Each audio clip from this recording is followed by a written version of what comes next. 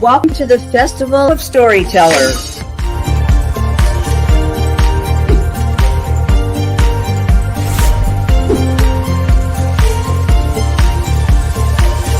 I thank everybody that's involved with this process, because we know writers need readers and writers need publishers.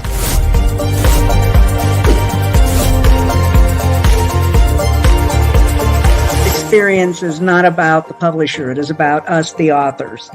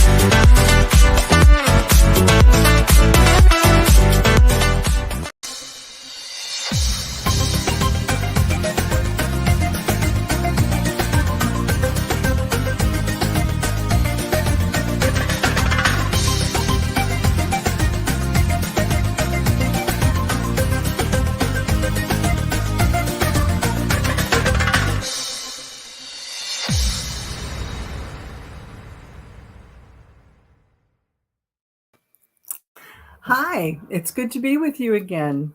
My name is Lynda Daniele, and I am the author of two little books, Grandpa Nick's Bump, about my husband, and the four little children that live across the street from us. One day they came over and they asked Nick to be their grandfather, and when they realized that they didn't have one. And it's that story. And unfortunately, about 4 months or so after, he passed away. So in 2011. So it's the story of going from having a grandfather and playing and being silly, and then also, losing him. And then there's a little bit of a heaven scene. And the children had quite a bit to do with the artwork and everything. So that's Grandpa Nick's Bump. The bump was a very large, huge tumor. And but we never called it a tumor. We called it a bump. So this is a serious book for children. It's happy. There's only one sad page. But it's something that is important for people to talk about with their children. So that's Grandpa Nick's Bump. And then this one is a happy story, and it's Grandpa Nick the Conductor.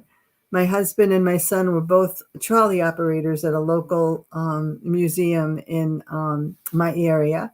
And it's a story about finding a cat in the trolley barn and her kittens, and what to do with the kittens and trying to find homes for them.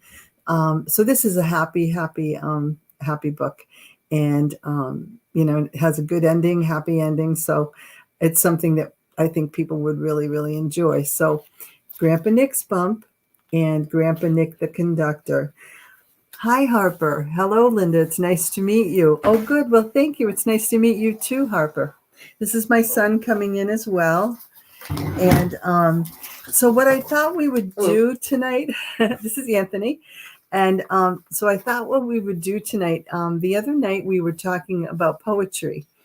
And I had some comments where people really enjoyed some of the poetry that I did, and that made me just so happy.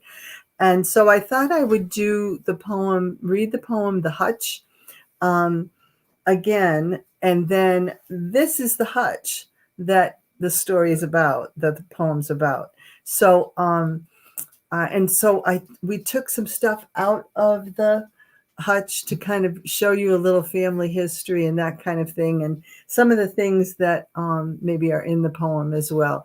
So it's just a little short poem called The Hutch It was published in my little local newspaper here, in the Massachusetts. We're from Western Massachusetts, and so it was published here in our local paper.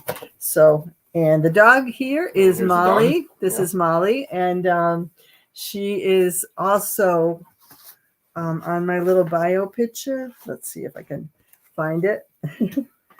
There's Molly. And that was actually taken, that picture was taken the week that I got her. She was 3 when I adopted her. And now she has a little white face because she's 12 years old now. So these stories actually were a long time in coming. So just so that you know that. And after I read the poem, if there's any kind of chat or any kind of comments that people would like, questions, if I can help, that would be really awesome. And Anthony's here to answer questions as well. Yeah, feel free to let us know where you are. It's interesting. One of the ones before was had people in Mexico and Right. all over the place. So I forget what it's doing. Kentucky, Yeah, Virginia, Kentucky, New York City. So Yeah, I was it's getting kind of specific, fun. just state. But Just the state. it's interesting. Yeah. Yeah. It's kind of fun to see where everybody is. So this is the hutch that we're talking about in the poem. And if you see this is my granddaughter put this here because she wanted to have a tag sale. So, Okay. she wanted to have a tag sale and she put $5 on it. And I thought, oh no, we can't sell it for $5. So she's just little. Elton says, "Hi, Lynda. Nice to seeing you again. It's nice to see you too. I remember that name. That's awesome. Thank you so much." Okay, so the hutch. All right, and I really enjoyed writing this. This was fun. The key was missing, and I looked everywhere for it. It wasn't under the couch or by the stained glass lamp or in the old ashtray. All the knickknacks were locked safely inside the clawfoot hutch. Treasures from relatives and friends past, curved glass on both ends with beautiful oak wood, and 100-year-old varnish that smelled like an ancient library. Looking through a reflection of white curtains through its glass, I see great-grandma's hand-painted ceramic plates and teacups, where many tea leaves were read and futures discussed, not read by gypsies and babushkas, but by English elites at social gatherings, after parlor concerts on velvet-covered upright pianos, cigars smoldering and sheet music penciled in with chord changes. There were dark red oriental rugs and tapestry room dividers. What memories this hutch contains. Gifts from aunts and uncles with Christmas ornaments and children's first grade artwork, model airplanes and forgotten war medals with obituary cards. Stuffed in the hutch corner were tiny hand-blown glass seahorses and pink swans left over from exhibitions past. Memories of Cape Cod band concerts in Chatham with balloons and trumpet players in uniform. The key was found safely tucked in couch cushions. It reminds me of mass bells at the cathedral or ship bells on some grand ocean liner. I opened the hutch to the smell of varnish like pews of an old church. Buried behind many old trinkets were crystal goblets from my wedding and the Bible I carried and a white handkerchief with embroidered lavender on it. Thinking about all these memories was like a toast raised for a well-lived life, filled with joys and sorrows, friends and family. In opening the hutch door, I entered a world of dreams and possibilities, some yet to be attained. C'est la vie. So that's the story about the hutch. And what we thought we would do is kind of show some of the different things that are actually in the hutch, so you could have a little bit of, a little bit about my family knowledge. And I literally could write a story probably about everything that's in there. Everything in the hutch actually somebody gave me. I didn't buy anything that was in there, either made or, but as kind of gifts as well too. So so that's kind of a fun thing, because there's nothing in there that, you know, I got for myself or whatever. It's all things that either were given or made by you or Dad. And so that it makes it kind of fun. One of the things we can talk about is, if you can see up on the top are two service flags, and one I think that One's Dad Dad's and one is your dad. my father's, and you have Grandpa Nick's, I think, Yeah. my father-in-law. Yeah. He was also Nick as well, you know. Yeah. So there were two Nick Danieles. So, but also in here is in memory of my uncle. He was killed stateside during World War II. He was in the Navy, Air Corps, Navy. Yeah, Naval Aviation. Yeah, he was. He just actually got rank of ensign, and but yeah, they crashed in just north of Dahlgren, Virginia. Right. And, right. In 1940. Yeah, August 23rd, 1942. It was just the beginning, yeah. like the beginning. Yeah, of it was still, you know, within the first year. beginning. Yeah, within the first year. It was a training mission that just didn't go according to plan, which actually surprisingly happened quite a lot. I mean, and just in kind of a history buff, but just in Westfield, there was actually a B-17 crew that flew into the side of a mountain up in Westfield, Mass. Right. And there's a memorial up there for them as well. Right. But there's actually a surprising amount of people who it's a little bit of, you know, local history, but it's it's true. It's not a good part of history, but it's still history and still kind of needs to be remembered. Yeah. Uncle was in he was a Catalina PBY with 9 people, and they were all killed. But this is one of the things in the hutch. This is his Naval Aviator certificate, and so this is Uncle Webb.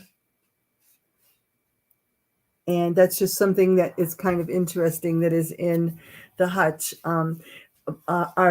My husband and my father and my father-in-law were all in the service, and you know, between the Navy and they were all Navy, right? So Grandpa was Army. Grandpa Daniele. No, he was Navy. He was Navy as well. Oh, okay. Yeah, okay. No, Dad was Air Force, but then he worked for the Navy afterwards. Right. So, right. Yeah. Exactly. A lot of Navy tie-ins, but yeah. You want to show that? So my father, one of the things he did, and these have actually been in the news quite a lot lately. If anybody follows the war and what's going on in Ukraine, but this is one of the things that I built, that was actually made partly up at Pittsfield, Mass. Yeah, you know, more local history. This is an A3 Bradley, but these you know, more of a local or thing to tie, you know, the global. There's a bunch of these that are now showing up in Ukraine, and but yeah, my father worked on the transmissions on these as well, helping design them and make them work. But a little bit more family. Because he was an engineer. Yep. You're an engineer. Well, and you know, you are. I have a degree, but I don't use it. But I do have a degree. Yeah. Right. So it's associate's degree. Yeah, that's that kind of thing where as the services were very important in my family, and of course, my age, my parents were all World War II people.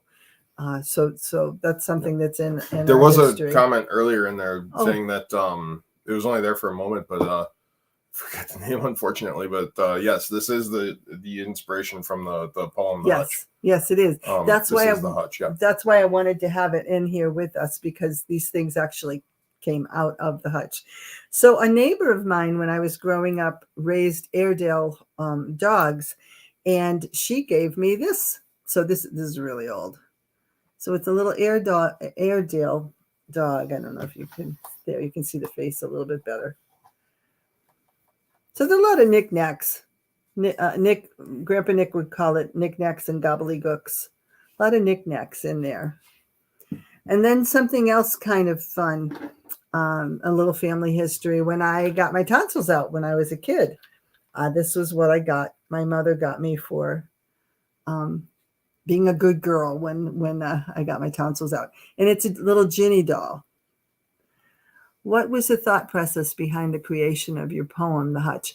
I was just looking at it one day, and I thought I would tell a story about it and what it means to me and my family. So that's kind of where it came from. I was just thinking at it.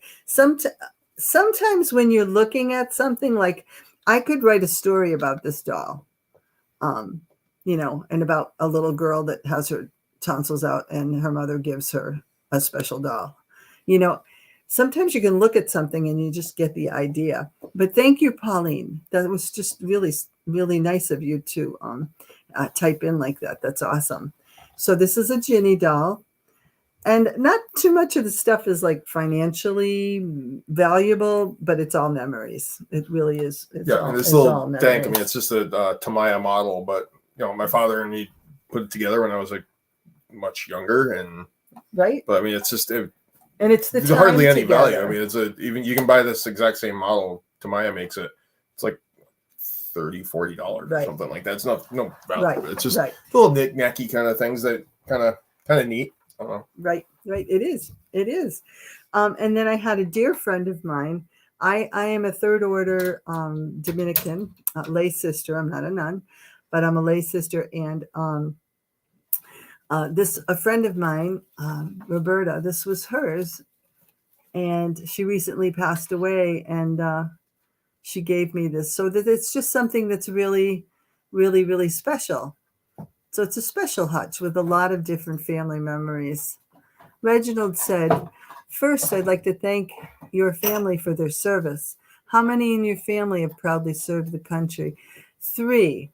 My husband, my dad, and my father-in-law. And then Chris and Oh, right. My So- my sister-in-law's husband is also in the service, and my nephew John John. as well. Yeah, John Right. was in the John was an Army Ranger. Yeah. Spent a lot of time in Iraq. But Uncle Chris was a Marine, and then there's more than a few. Yep. More than a few that I can think of off the top of my head. Right. Yeah. Right. Yeah. So, but thank you very much. So, and then another little thing was, this was on my parents' wedding cake. Right out of the 40s. So it's just kind of fun. We're just sharing some novelties or family. Somewhat inspiration for maybe a future writing Right. thing, but it's just You could definitely write a story if anybody's out there, and you could write a story about a wedding cake topper. Who knows? Sharon, you are a great lady for immortalizing Grandpa Nick in your stories so the children can still remember him dearly. That's exactly, I do want people to remember him because he was really special. And everybody's special. Anybody that wants to be a writer, there's so much wealth of ideas that you can have just by taking a look at a hutch, or seeing what thinking about what people really liked. Like my husband, I was a music major in college, and my husband knew more about opera and all the librettos that I way more than I ever will. And he he didn't study it, he just loved it, and he remembered it, and he would remember all the melodies and all the lyrics to all the operas. He was an opera buff, and so that was kind of cool. And then this Ruby says, "Love how you keep memorabilia from those who were in the service." Thank you so much, because it's really important. I want my granddaughter to know, and I wanted my son to know about all the service that has happened, because knowing your own history is really, really important. And all these stories were brought, they were given to me, and you just kind of pass it down generation to generation. And that is priceless. Like this little dog that my neighbor gave me. It's a little probably was like, I don't know, 25 cents. But I remember her. So because I have that, every once in a while, I go, oh, I remember her. She was such a good neighbor. So that's just kind of really important. So, and this is another little one that's really, really special to me. This is my brother and I when we were both little. And I just love it. Whoops. I just love it. As it falls over. right. As it falls on the keyboard. Yeah. So, and that was just a spontaneous thing. And that probably my mom, she probably took the picture, Summer says, hi, Lynda. Can you share a specific memory or story that illustrates the impact of Grandpa Nick had on your spiritual journey? Oh, my goodness. That's a really good question. That's a really good question.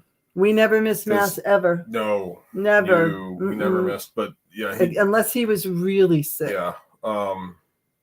That's a really good, because that's, I mean, everybody has their own kind of faith journey that they need to study. But Dad's was quite a bit different than, obviously, because we're all different people and all that, blah, blah. But his was more of like a quiet inner faith, kind of almost. Right. Just it's kind of like, it was kind of like the foundational thing. He never really talked about it, but you could tell it was there. It was there, and he helped a lot of people. Yeah, that's a really good question, because that's a. I hadn't even thought of that. No, that is because he kind of practiced. He never really, practice what you preach and all that stuff. I don't think he really ever preached it. He just practiced it. And you noticed. You noticed from the acts and whatnot, and he was very quiet about that. But there again, I mean, obviously we never missed Mass, but yeah, he never really brought it up in conversation, but he kind of more lived it than talked it. He lived it, right. I think he was an example of that. And he was, by no means he was perfect, and by no means are we, but or anybody else. But he I think he really did try to walk it more than talk it. Kind of. I guess that's a really good way of putting that. I think because he really didn't talk about it too much. But if anybody ever needed anything, he was there. He was there. Yeah. He was helping people for sure. Thank you, Summer, for really asking that question. I hadn't even really thought about that. Pauline, how did Grandpa Nick introduce or teach you about the concept of the Holy Spirit? I kind of learned the Holy Spirit from when I was little, and the Holy Spirit, in our marriage and in our family was very real. We didn't really talk about it or teach it, but the Holy Spirit was always there. And I feel really strongly that children, like when they read my books and they as you probably, maybe Pauline already know this, but in all of my books, I have a little Holy Spirit dove. Whoops, wrong page. I have a little Holy Spirit dove that that children have to find on the pages, and there he's hiding, because wherever we go, we may not see him, we may not see the Holy Spirit, but he's always with us. I think we always knew the Holy Spirit was with us, with Nick, but I don't know if we really taught each other about it that much, Yeah, like I said, I mean, the big thing with my dad is he really never talked too much about it. He just kind of went out of his way to quietly make things right. Right. I guess that's the best way of really saying it. Right. That's some pretty good questions. It was deep. Yeah. It was a deep faith. Yeah. Debbie says, the local history in your area seems so rich. What would you say is one of your favorite tales in there? Oh, in local history? Oh, I have no idea. I could probably go on for a couple of days on that. He's a history nut. Yeah. Yeah. So local history. I mean, the French and Indian War happened right here. I mean, we're just outside the city of Springfield. The city of Springfield was burned to the ground in the 1650s, and with the King Philip's War, and it was more the King Philip's War than the French Indian War. But even at that, a lot of the streets around here are all there's many streets around here named Metacomet. Metacomet was the I forget the tribe. I forget the tribe he was with. I'll think of it in 5 minutes after the chapel. I'll tell you exactly what the name of the thing is. But Metacomet was the leader of the French of the I guess Indian or Native American, whatever phrase you want to put on there. But I think he was the one leading a lot of the rebellions, and he had a very violent end as well. But that's a lot of the streets around here are named after him. There's a part of Forest Park in Springfield that's actually the King Philip Stockade, where the residents of Springfield stockaded themselves, and there was a couple of blockhouses there, and because they were fearful of the native tribes. I'm totally drawing a blank on the tribes' names. I know what they are, and I'm just completely gone.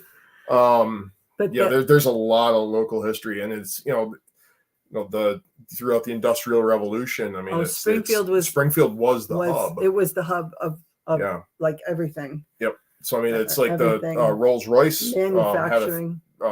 When Rolls-Royce opened a manufacturing plant in America, they chose Springfield, Massachusetts, because it was there was such a engineering pool and such a knowledge base. Did Grandpa Nick have any specific routines or rituals that you continue to incorporate into your own life? Wow. That's doing your own thing and not really caring about what other people are thinking about you. Yes. I think that's an engineer trait. That's an engineer trait. I think that would probably be the best way to do it, because he did his own thing. Like if everybody was looking, oh, this is the problem, my dad would kind of go, no. I think I said the other night in one of our other broadcasts, if something went wrong, an engine or car, whatever it might be, it was a challenge. Yeah. It was always a challenge. It wasn't like, oh no, people might get a little crazy. Oh no, that's terrible. But no, he'd go, oh, now, how are we going to solve this problem? Yeah. And it was very analytical. Yeah, very, very analytical. Yes. And I the apple didn't fall far from the tree on that one with me, but it's very practicality. Practicality. Yeah, I mean the example, like the fuel pump on my truck died on for Friday morning on the way to work, and I had another one in the truck, and I put it in 10 minutes, and I was back on the road. Right. So it very great. That's a specific thing, but it's okay. It broke. Let's solve the problem. Let's not freak out about it. And that's one thing I definitely learned from him. And it's just, I mean, everybody gets things blown out of their own proportion in a lot of ways, but most of the emergencies and most of the things that we haven't come up in our lives, when you take a step back and you kind of remove you kind of distance yourself from the situation and take half a step back and you go, oh, wait a minute, this is a solvable problem. Did Grandpa Nick have a favorite illustration or artist that he often shared with you? Maya, I'm not sure. Oh my goodness, these are such good questions.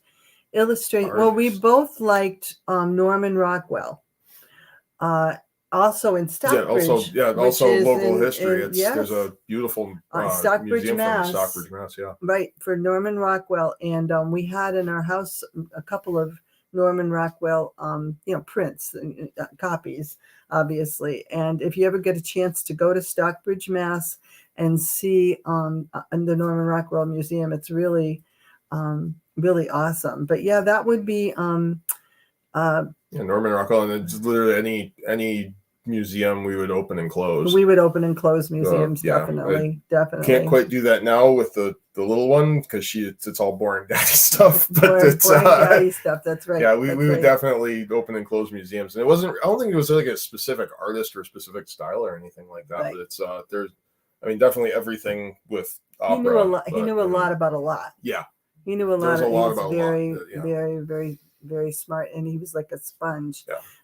Sometimes he couldn't get out of the rain. Yeah, sometimes he would have a problem figuring out how to close the window because it's raining outside. But on the other side of that, though, it's very, very, very intelligent in many other factors. Absolutely, but the practical intelligence, which is really, I can't believe it, Ben. We only have 3 minutes left. Whoa, where did that go? That was fun, though. Yeah.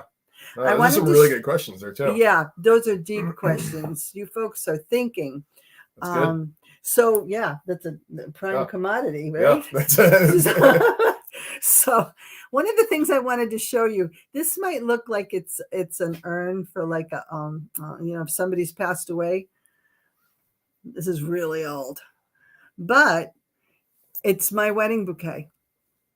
And Nick and I had a herbal wedding where all of our flowers were herbs, and each plant had a specific meaning. So to give you an idea, when Nick walked down the aisle, I'm with my father. When Nick walked down the aisle, he took his boutonniere and he put the boutonniere on my dad. My dad didn't have one. And he put the boutonniere on my dad's lapel. I mean, my dad put the boutonniere on Nick's lapel, and because I was going from my dad to my husband. It's just a little old story. Okay, so I'm seeing that we're coming to an end. I will be here tomorrow night from 7 to 7:30 as well. Friday from 6 to 6:30 p.m. Eastern Standard Time. And I look forward to seeing you again. This went by so fast. Take care. God bless. Bye-bye.